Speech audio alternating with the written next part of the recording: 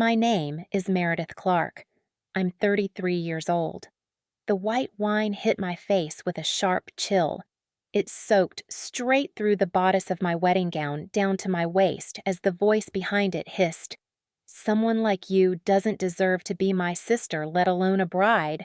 That was Olivia, my stepsister. She stood in the center of my own wedding, wrapped in red silk, wearing a look of satisfaction like she had just accomplished something noble. I didn't react. I didn't speak. I simply stood still beneath the chandelier-lit ceiling surrounded by family friends and far too many faces waiting for drama. A few gasped. A few turned away. No one came forward. No one except for one man. He stepped toward the microphone slowly with a calmness that didn't match the chaos. A man no one expected to say anything at all. An aging major general. He looked at Olivia, and then he acted. And the room, full of whispers and silk and judgment, went silent. I stood there at my own wedding, drenched and dishonored, and no one knew who I really was. No one knew, but they would, because this wasn't the first time I was underestimated, but it might be the last. Come with me, to see who I became, and what became of the one who tried to break me. I didn't wipe my face. I felt the wine cling to my skin, slip down my neck, soak into the lining of the gown that took weeks to fit. It was cold, acidic, but not unfamiliar.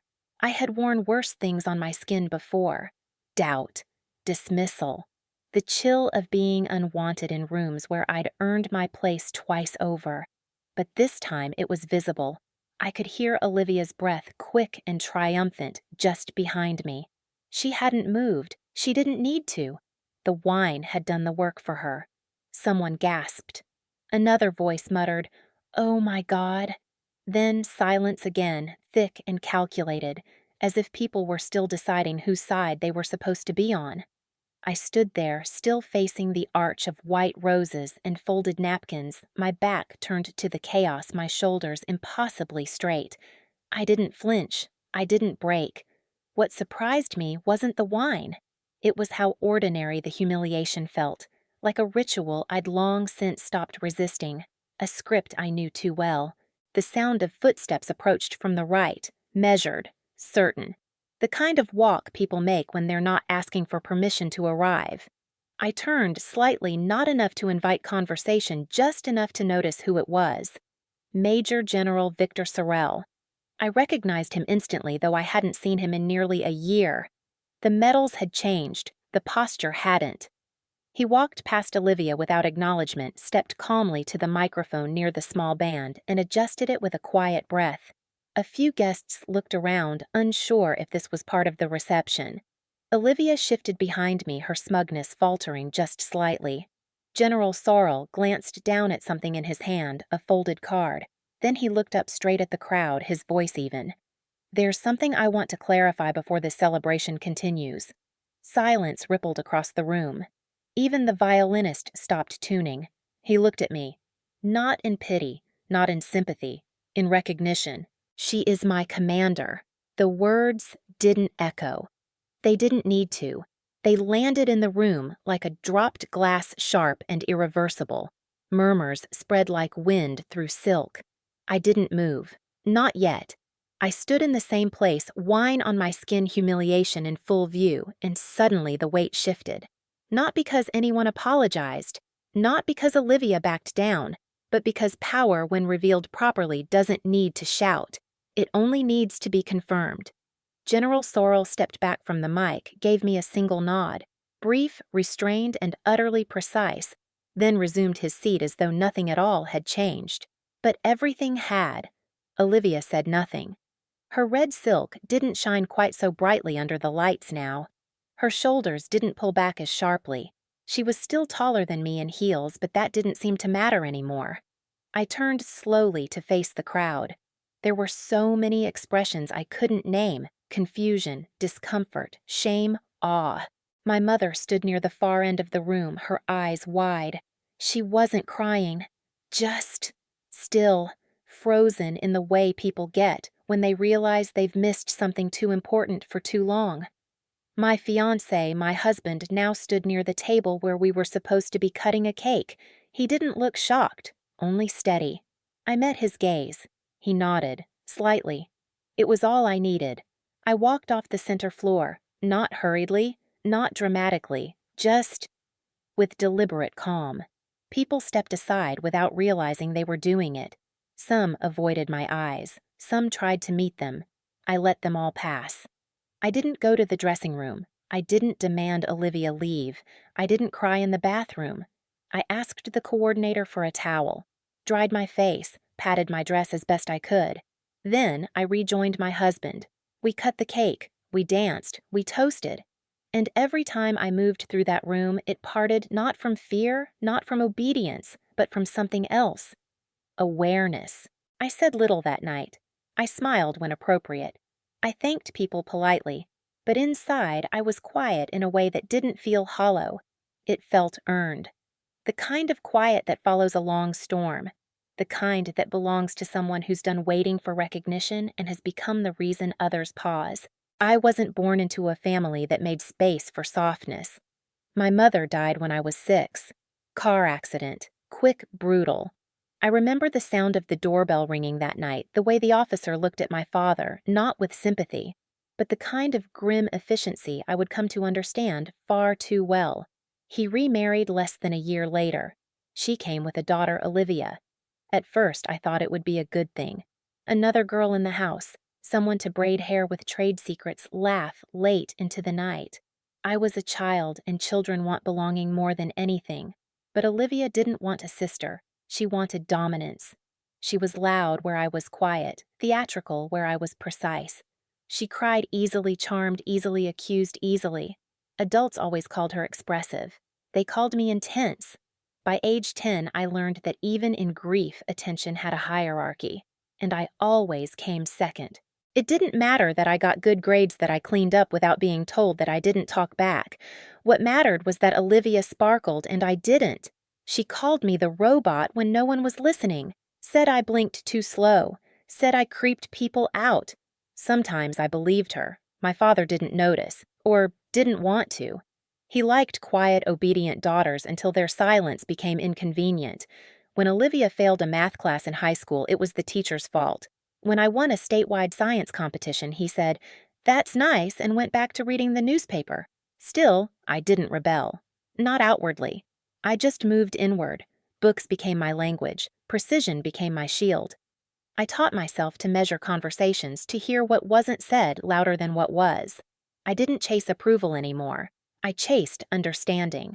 By the time I left for college, Olivia had already curated a flawless image on social media.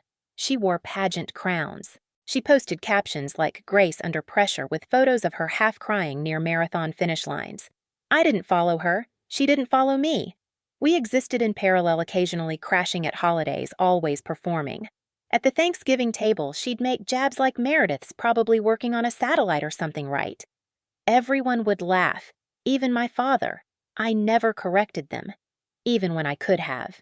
Even when I was already working on classified simulations in the defense sector by my late 20s, because I had learned early that truth doesn't survive in rooms where people are committed to a version of you they find more comfortable.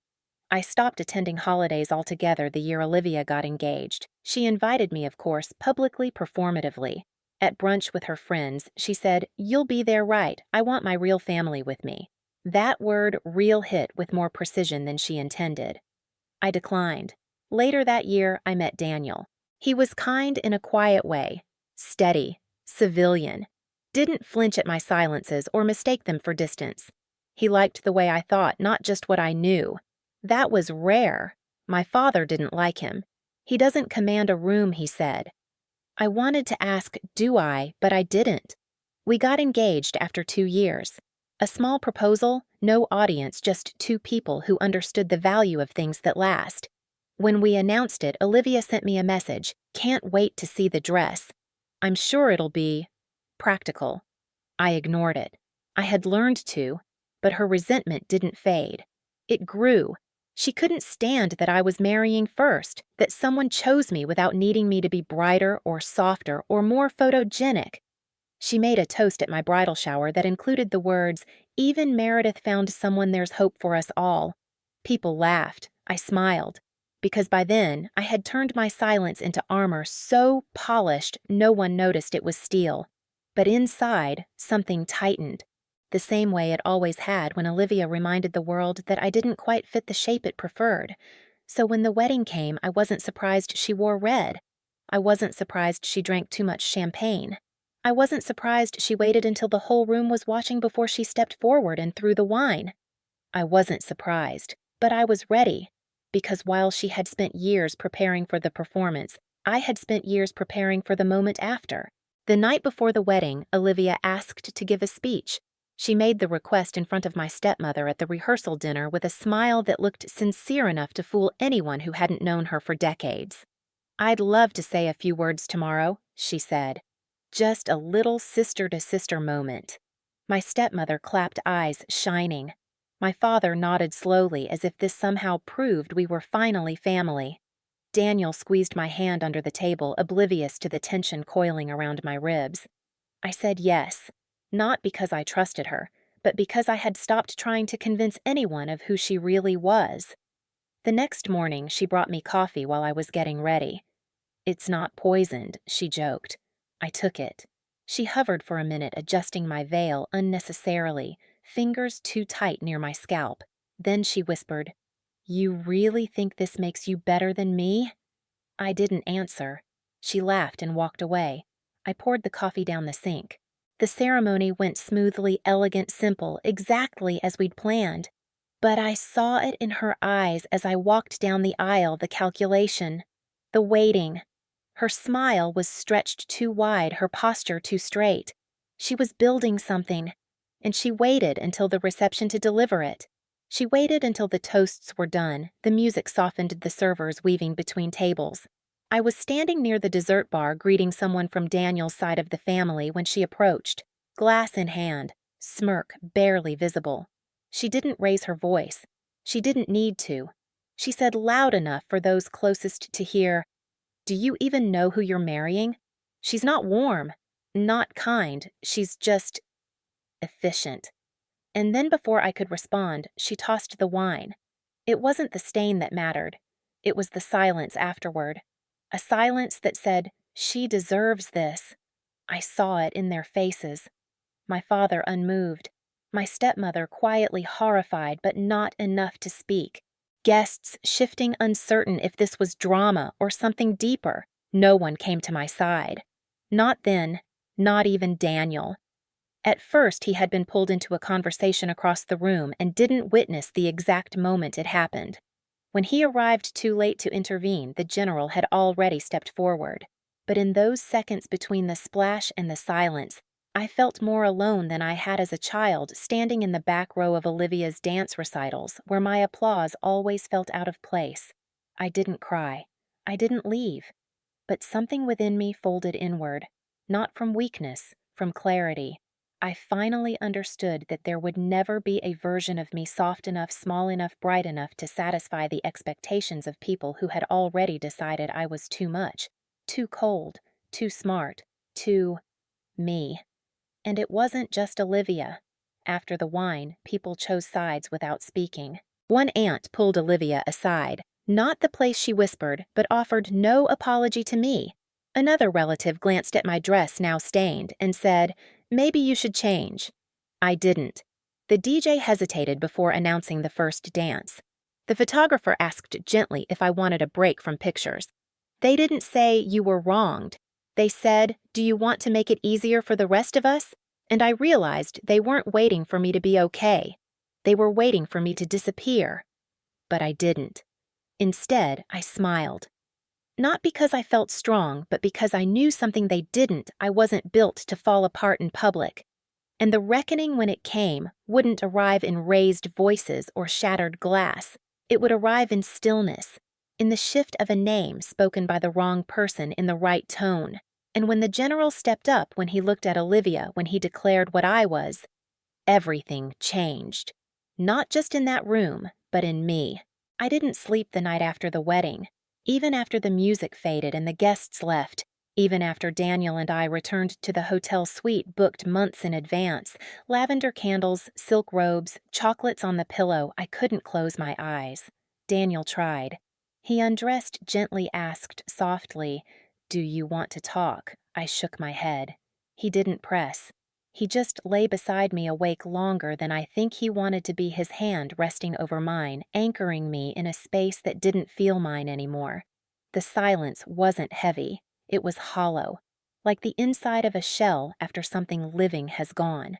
By morning, the hotel sheets still smelled like wine. I rose before dawn, sat by the window, watched people in the city walk dogs, drink coffee, live lives untouched by red silk and spilled Chardonnay. I wondered what it would be like to be someone else, someone less precise, someone easier to celebrate, someone who didn't carry the weight of both brilliance and suspicion. The general's words had stunned the room, but in the quiet after no one approached me, no one said, "You deserved better." No one said, "We were wrong." Recognition from a man in uniform had shifted the atmosphere, but it hadn't shifted the people. And that was the part I couldn't stop thinking about. Because deep down, I had always believed that if I just worked hard enough, achieved enough, endured enough, they would see me, not just for what I did, but for who I was. And yet, even after being called commander in front of family, friends, and strangers, I still felt like a shadow pressed against glass. I took a long shower, let the hot water wash the sour smell out of my skin, but not the ache from my chest. Daniel brewed coffee. He didn't ask how I was. He just poured me a cup and said, "One cream, no sugar, like always." I didn't drink it. That afternoon, we returned home. There were flowers at the door, cards, mostly from colleagues, not family. Inside one envelope was a note from a woman I barely knew, an admin from an old posting I'd once helped behind the scenes. She wrote, "I don't know what happened at your wedding, but I saw the clip. He called you commander." Some of us always knew. It was kind, but it didn't reach. I sat on the floor of our apartment with the dress still unwashed in its garment bag beside me and wondered what would happen if I just stopped. Stopped showing up, stopped trying, stopped pushing into rooms that resisted my presence no matter how much I knew how much I gave. What if I just stepped out of it all? I drafted a resignation letter. Not formal, not final, just a draft. I stared at the screen for nearly an hour. The words didn't sting. They felt reasonable. I told myself I could start over, be softer, choose something quieter, teach, consult, disappear with dignity. I imagined handing in the letter, watching their eyes shift, maybe some relief, maybe confusion, but not loss. They would keep going. They always did. And maybe I was tired of being useful without being valued. Maybe I was tired of holding entire systems together only to be treated like the scaffolding no one bothers to clean. Maybe I was tired, period. I didn't cry. I didn't need to. The kind of tired I felt had moved beyond emotion. It was in my spine, in the way my shoulders curved slightly inward, in the way my voice had grown quieter in rooms that once made me want to fight. I closed the laptop, walked to the balcony. The wind was cool. Familiar. It reminded me of a field exercise I'd once run in silence, guiding a team through a simulated failure scenario no one else had solved. That night, a young recruit had stayed behind after the debrief. She had said you didn't raise your voice once, but I followed every step like it was scripture. I hadn't remembered that in years. Now it returned. Uninvited, unexplained, and it made me pause. Because maybe silence wasn't surrender. Maybe it was direction. Maybe I hadn't been erased. Maybe I had just forgotten where I had placed myself. I didn't open the laptop again that night. I didn't delete the resignation letter, but I didn't send it either. I just stood there on the balcony letting the wind touch the parts of me I had kept wrapped too tight for too long. And I whispered not to anyone, not even to myself, but to the space around me. "You're still here." And I was. The letter stayed in the draft folder. I didn't delete it. I didn't open it again. I just let it sit like a version of myself I was no longer trying to abandon, but didn't yet know how to carry forward. Instead of resigning, I returned. Not loudly, not triumphantly, just consistently. I went to work. I read every memo, revised every protocol I'd neglected during the wedding planning. I answered emails on time, showed up to briefings early, spoke only when it mattered. People noticed. Not in the way they noticed Olivia's entrance's bright announced framed for photos, but in the way systems notice when something foundational has returned. The gaps began closing, the questions quieted, and then something shifted. A liaison from the Department of Joint Operations forwarded me a redacted file. The message was short. "This feels like your kind of problem." It was. Buried in the language was a supply coordination issue that, if left unresolved, would delay a multi-branch simulation involving over 700 personnel. No one had flagged it, because no one had read closely enough. I replied with 3 bullet points, 2 timelines, and a proposed rerouting that required 0 additional cost. I didn't CC anyone. I didn't sign it with a title. The next day, the entire chain adjusted their timeline without debate. No one mentioned my name. But the problem disappeared. That's how I began again. Not by reminding them who I was, by showing them what happened when I was there. I stopped waiting for meetings to be scheduled. I started walking into them, quietly, with notes already prepared. Sometimes I wasn't on the list. But no one asked me to leave. Because when people know your work carries weight, they stop checking credentials and start asking for outcomes. I responded to inquiries before they were requested, created frameworks before chaos required them, and slowly the right people began to circle back. General Sorrell sent me a single message one afternoon. "Glad to see you moving again. Let me know if you want more weight on the door." I didn't reply. I didn't need the door forced open. I was already inside. Later that month, I attended a high-level strategy session as a silent observer, one of those room with no recorders types. Halfway through, a senior advisor misquoted a coordination clause that would have invalidated weeks of negotiation. I raised a hand. They all turned. I corrected the clause. The lead negotiator blinked, then said, "Thank you, Commander Clark." First time I'd heard the title used aloud since the wedding. No one flinched. No one laughed. The silence that followed wasn't awkward. It was structural. I became part of the room. From that point on, I didn't have to knock. I just walked through. My strategy was simple. Do the work. Don't explain it. Let the results speak. And they did. I began mentoring one junior officer a week, quiet meetings, no sign-ups. Just a chair and an open hour. They showed up. They asked real questions, not about rank, about integrity, about how to stay steady when the people you serve don't always see you. I told them what I had learned slowly, painfully, truthfully. You don't need their permission to be essential. You only need the discipline to stay. And that's what I did. I stayed. Even when it was hard. Even when Olivia posted photos of her unforgettable new relationship complete with curated captions and thinly veiled barbs. Even when my father still hadn't called. Even when the wine-stained dress stayed hanging in my closet, a relic of the moment I stopped waiting to be seen. I didn't retaliate. I didn't correct the family narrative. I didn't prove anything.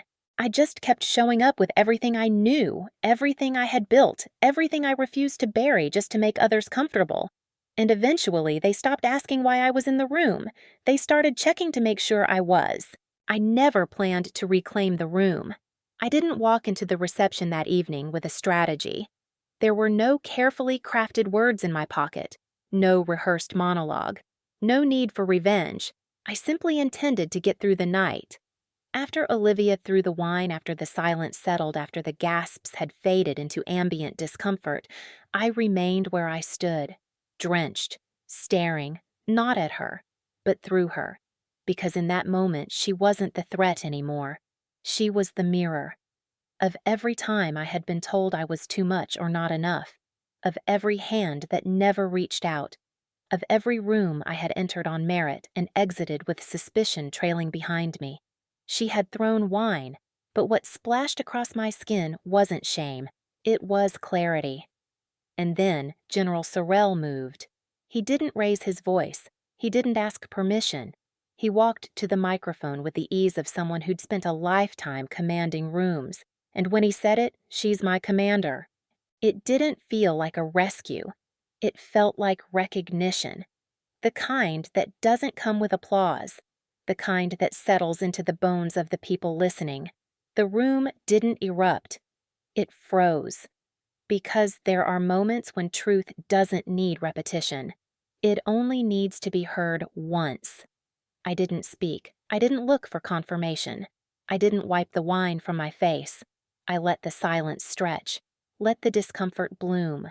Let them all sit in the new weight of what had just been said. The photographer lowered his camera. The DJ turned off the music. Olivia stepped back, her eyes narrowing not in confusion, but in disbelief. She wasn't used to silence being louder than her spectacle. For a brief second, she reached for words, but they didn't come. Because what do you say when the hierarchy you've trusted your whole life has just been rewritten? My father looked down. My stepmother blinked, opened her mouth, closed it again. No one moved. Until I did. Not dramatically. I simply adjusted the strap of my dress, smoothed the fabric along my side, and walked across the room. I passed Olivia. She didn't meet my eyes. I passed my family. They didn't either. I stopped next to Daniel, who had stood rooted beside the cake table the whole time. He didn't say anything. He just reached for my hand, and I took it. We walked to the center of the room together. The coordinator, flustered, asked softly, "Do you still want to proceed with the dance?" I nodded once. The music resumed, gently. A familiar string arrangement we had chosen months before in the quiet of a Sunday morning when nothing felt like it could go wrong. Daniel held me. I didn't cry. I didn't smile. I just breathed. Around us the room reoriented. Not to us, to what had been said. The dynamic had shifted. And not just in this ballroom, but in every space I had ever been diminished in all at once. Because when a man with medals calls you commander in front of those who have called you difficult, ungrateful, cold, you don't have to explain yourself again. You don't have to soften your edges to fit. You don't even have to forgive. You just have to stand still long enough for the truth to settle where it belongs. I didn't confront Olivia. I didn't demand she leave. I didn't need to, because the room had already made its choice. And it was silent. The kind of silence that comes when people realize they've underestimated the wrong person for far too long. The next morning, my name appeared in the internal bulletin. Not the wedding registry, not the announcements column, but a classified memorandum circulated to select branches. Effective immediately, Commander Meredith Clark will resume strategic oversight of Joint Analysis Group Tier 3. Reintegration protocols to follow. It was a short notice, quiet, intentional, but in the world I inhabited, words like that traveled. Within hours, I received 3 encrypted messages from units I hadn't worked with in months, all variations of the same thing. "We're glad you're back. We were waiting. About time. No questions, no explanations, just acknowledgement." Daniel saw it on my face while I read. He didn't ask what it was. He just placed a warm mug of tea beside me and sat down. Later that afternoon, an envelope arrived by hand. No return address. Inside was a single photograph. It was taken from the wedding reception, unofficial black and white, clearly snapped without me knowing. In it, I was standing beside General Sorrell. He had just stepped away from the microphone. I hadn't moved yet. The wine still glistened on my dress. But my eyes were lifted, steady, focused, unshaken. At the bottom of the photo in pen, "Sometimes power wears silence better than stars," there was no signature. But I didn't need one. I knew exactly who had sent it. That week, the story of the wedding interruption made its way into certain circles. Not publicly, not virally, but in the quiet professional loops that mattered. The narrative wasn't about wine. It was about a room full of people who hadn't known who they were standing beside until someone spoke it aloud. Not long after I received a call. From my father. It rang twice, 3 times. I almost didn't pick up, but I did. He didn't say hello. He said, "So, you're a commander now." I paused. "I always was." He cleared his throat. "I didn't know." "No," I said. "You didn't ask." Silence. Not the heavy kind. The hollow kind. like a man who spent years building a version of the world that has just suddenly cracked. He didn't apologize. I didn't ask him to. He only said Olivia's embarrassed. I said nothing. She didn't mean— She did, I interrupted. Another pause. Then, do you want me to say something? To the family, I almost laughed. The idea that one sentence from him could undo years of absence was absurd. I don't need them to understand, I said. Then what do you need? He asked. I already have it. I ended the call. Afterward, I didn't cry.